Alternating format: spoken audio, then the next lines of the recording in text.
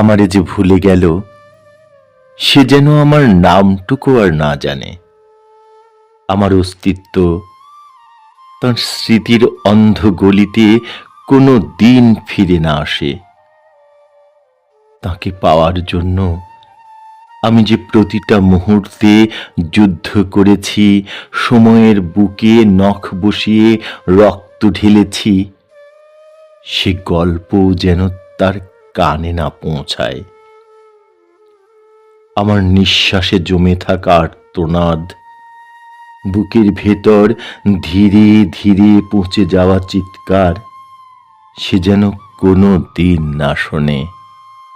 তাঁকে হারানোর যন্ত্রণায় আমি কত রাত নিজেকেই খুন করেছি, কত ভোরে মৃত শরীর বয়ে জীবনের ভান করেছি।